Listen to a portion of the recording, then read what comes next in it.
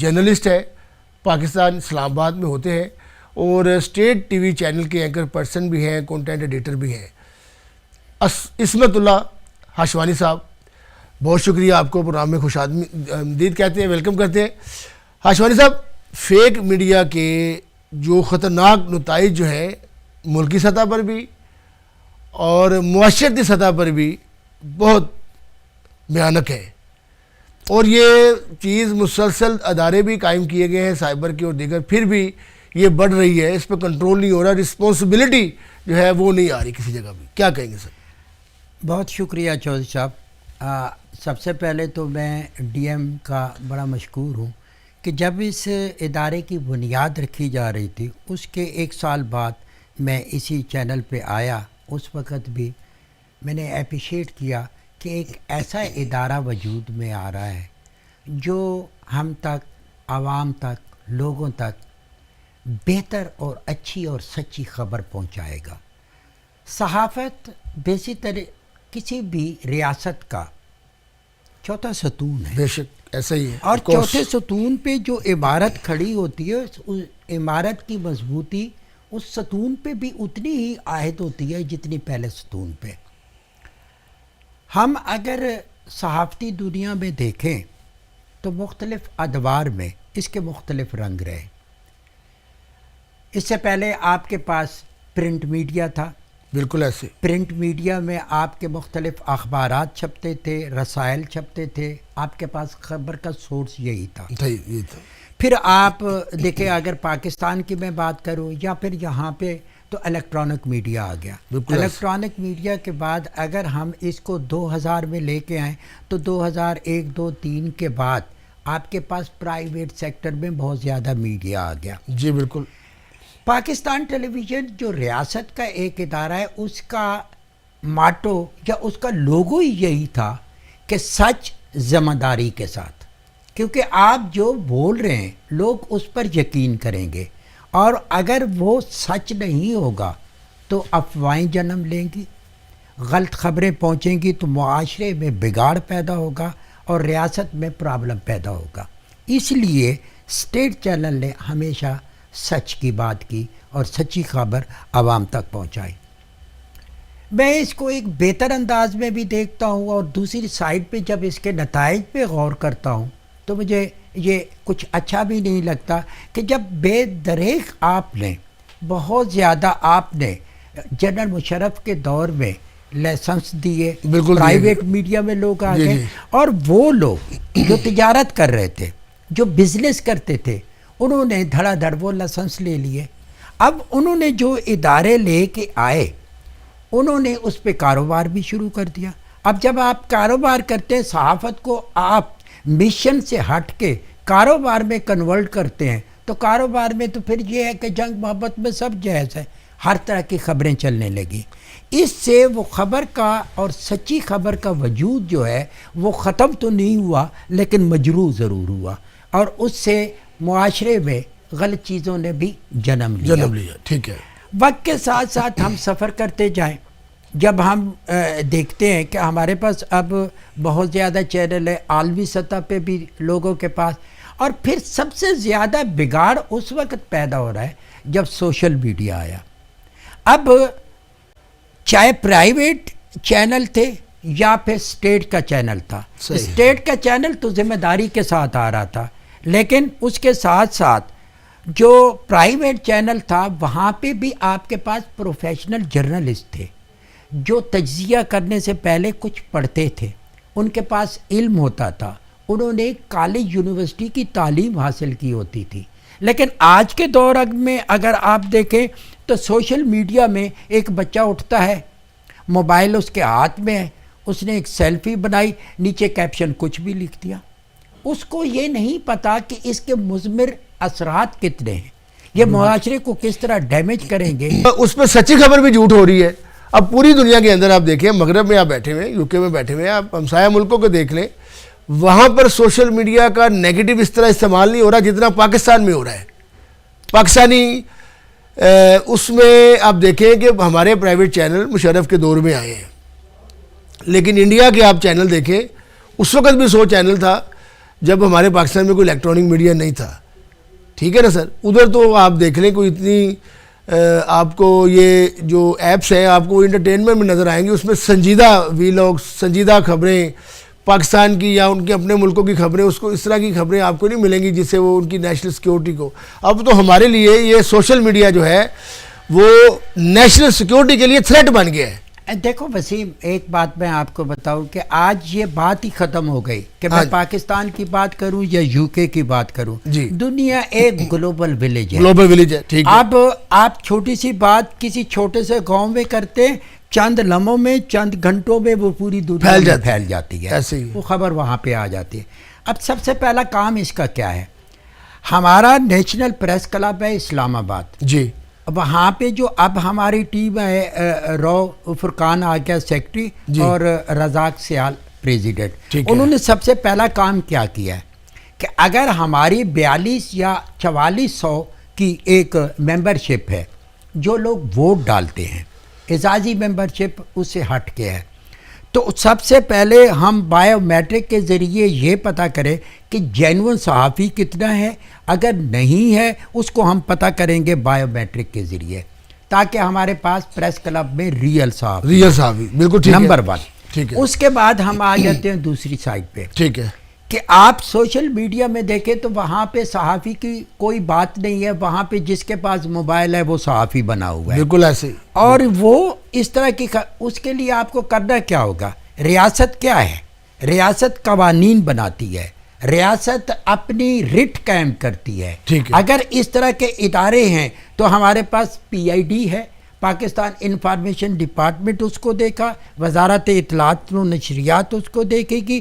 پھر وہ ادارے, وہ حساس ادارے جن پہ بے جا انگلی اٹھائی جاتی ہے, ان پہ بے جا تنقید کی جاتی ہے, ان کے تقدس کو پامال کیا جاتا ہے, ان کی بے حرمتی کی جاتی ہے, اور پھر بیسیکلی وہ بیوقوف لوگ جو عقل سے عاری ہیں, وہ بچے جو ابھی ناعمر ہیں, وہ بچے جن کے پاس تعلیم نہیں ہے, وہ اسی ڈال کو, اسی شاخ کو کاٹ رہے ہیں جس پر بیٹھے ہوئے ہیں. تو ہم نے اس کو دیکھنا ہے کہ والدین نے سب سے پہلے اپنے بچوں پہ نظر رکھنی ہوگی.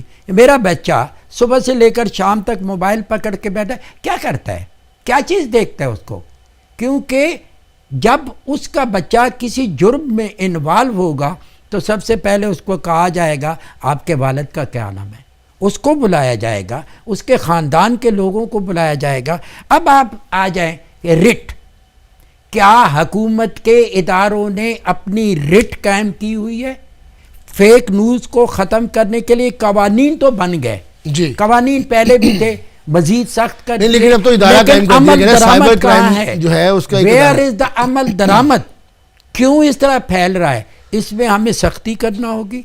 اور پھر اب جو پارٹیاں ہیں, کسی زمانے میں یہاں پہ آیا 2006 میں, اچھا جب 2006 میں آیا تھا تو یہیں پہ ہم نے سائن کیا تھا ڈیموکریسی کے لیے میثاق جمہوریت, بالکل کیا تھا لنڈن, اور میاں نواز شریف صاحب تھے, محترمہ شہید بے نظیر بھٹو تھی, انہوں نے اس کو سائن کیا تھا. ٹھیک ہے, اب ہم جمہوری طور طریقوں کے مطابق ایک عمل کر لیں گے, دستاویزات بنا لیں گے, آئین بنا لیں گے, پالیسی بنا لیں گے, لیکن اس پہ عمل بھی تو کرنا ہے نا. اب اس کے عمل کے لیے اب وہی لوگ جب حکومت میں بیٹھے ہوئے ہیں, میں اکثر بات کرتا ہوں کہ پاکستان پیپلز پارٹی جب بنی تو 67 میں اس کے پرچم بنانے کے لیے بھی ایک کمیٹی بنائی گئی. بہت سارے پیپلز پارٹی کے میرے جیالے دوستوں کو بھی نہیں پتا ہوگا کہ اس کی ترتیب کیا ہے. اچھا, یہ 3 کلر کا فلیگ ہے, ریڈ, بلیک اور گرین. اب ان کو بعض اوقات پتہ ہی نہیں چلتا, وہ گرین کو بلیک کی جگہ پہ اور بلیک کی جگہ پہ ریڈ کو اور اس طرح لگا دیتے. ایکچولی ہے کیا, اس کی فلاسفی ہے, ریڈ ہم اپنے خون کی سرخی سے, بلیک اس سیاہی کو دھو دیں گے اور سبز پاکستان بنائیں گے. اب رول ادارے جو مرضی کر لیں, وہ ڈالروں کی لالچ دیتے ہیں. ٹھیک ہے, کس کو نہیں چاہیے. ابھی آپ دیکھو, ڈالروں کی لالچ میں ہر بندہ اس پہ لگ گیا. ایک خواہش ہوگی, میں وسیم اپنی خواہش کے پیچھے جاؤں گا, ایک ماں باپ بیٹھے ہوئے ہیں, بہن بھائی بیٹھے ہوئے ہیں, ایک بڑے بھائی کو پڑھایا, اس کو ڈگری ہاتھ میں دی, اب ان کی خواہش ہے کہ یہ کرے کام اور ہمیں بھی وہ چیزیں دے تاکہ ہم, اور پھر ایک نمود و نمائش کی ہمارے معاشروں میں بڑی کہ فلاں کے پاس بڑی گاڑی آ گئی, فلاں کو یہ چیز ہے.